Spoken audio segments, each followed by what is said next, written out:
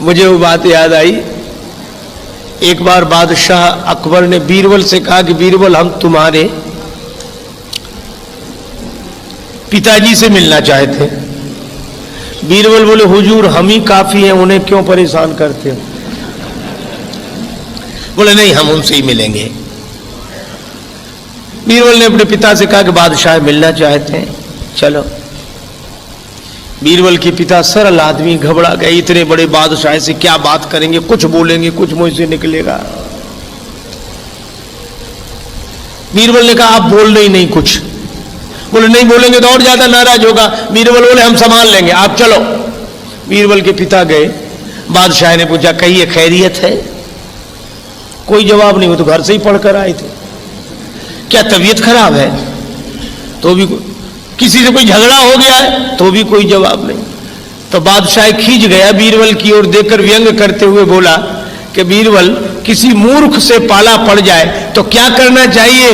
बीरबल बोले, हुजूर जो हमारे पिताजी कर रहे हैं।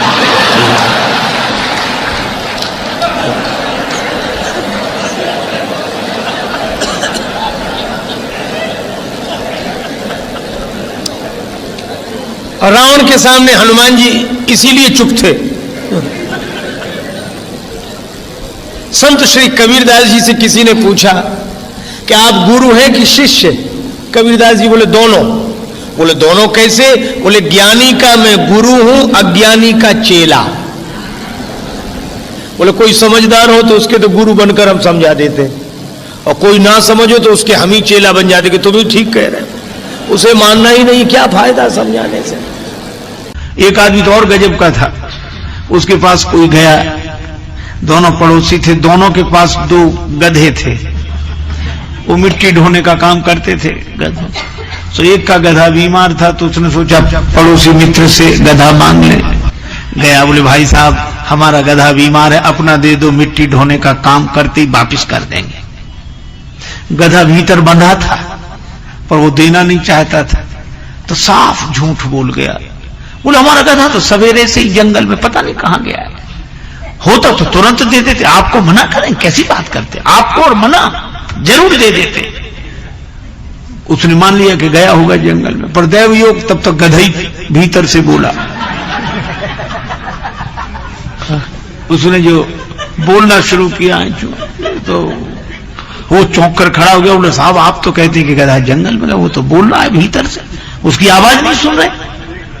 तो भी उस आदमी ने अपनी गलती नहीं मानी। बोला क्या जमाना आया है, आदमी की बात पर भरोसा नहीं, गधे पर इतना भरोसा।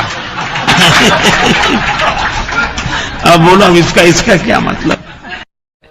एक गुरुजी को आदत थी, उनका कोई चरण दबाए तो सो जाते। दबाने वाला सोचे कि ये मना तो कर नहीं रहे, तो ये मना करें तो हम जाएं, तो उसने सोचा ये सो जाएं तो जाएं, पर उनकी आदत थी जैसे कोई जाता तो फिर जाग जाते।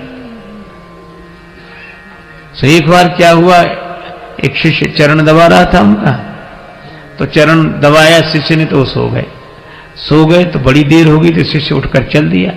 जैसे ही चला तो आंख उनकी खुल गई, तो तुरंत बोले हाँ बेटा तुम्हारे घर में और कौन कौन है? तो उसने कहा कि माता पिता और हम लोग 4 भाई हैं। अब ये सुनता कौन, तब तक और सो गए। थोड़ी देर फिर उसने शिष्य ने देखा कि अब ये सो गए तो फिर जाएं हम, तो वो जैसे ही उठकर जाता वैसे ही जाग जाते। हाँ तो कितने भाई हो?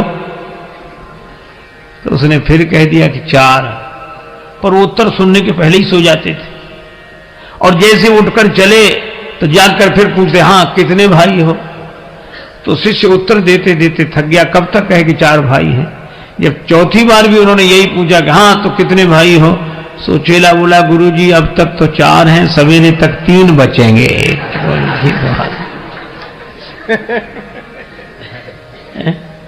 मुनिवर शांति, बार बार गुरु आज्ञा, और सेवा हो तो राम जी की तरह।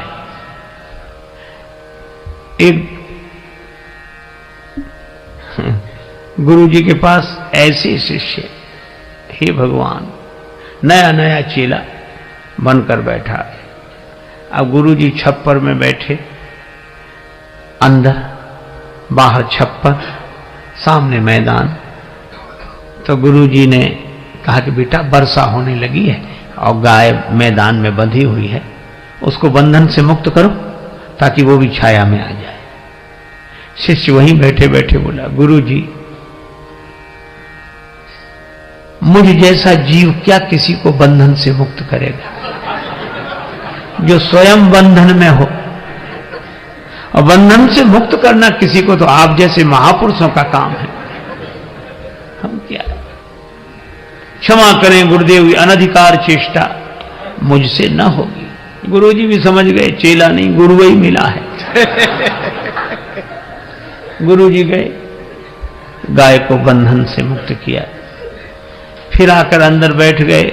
मन नहीं माना तो बोले बेटा बाहर जाके देखो पानी बरस रहा है कि नहीं।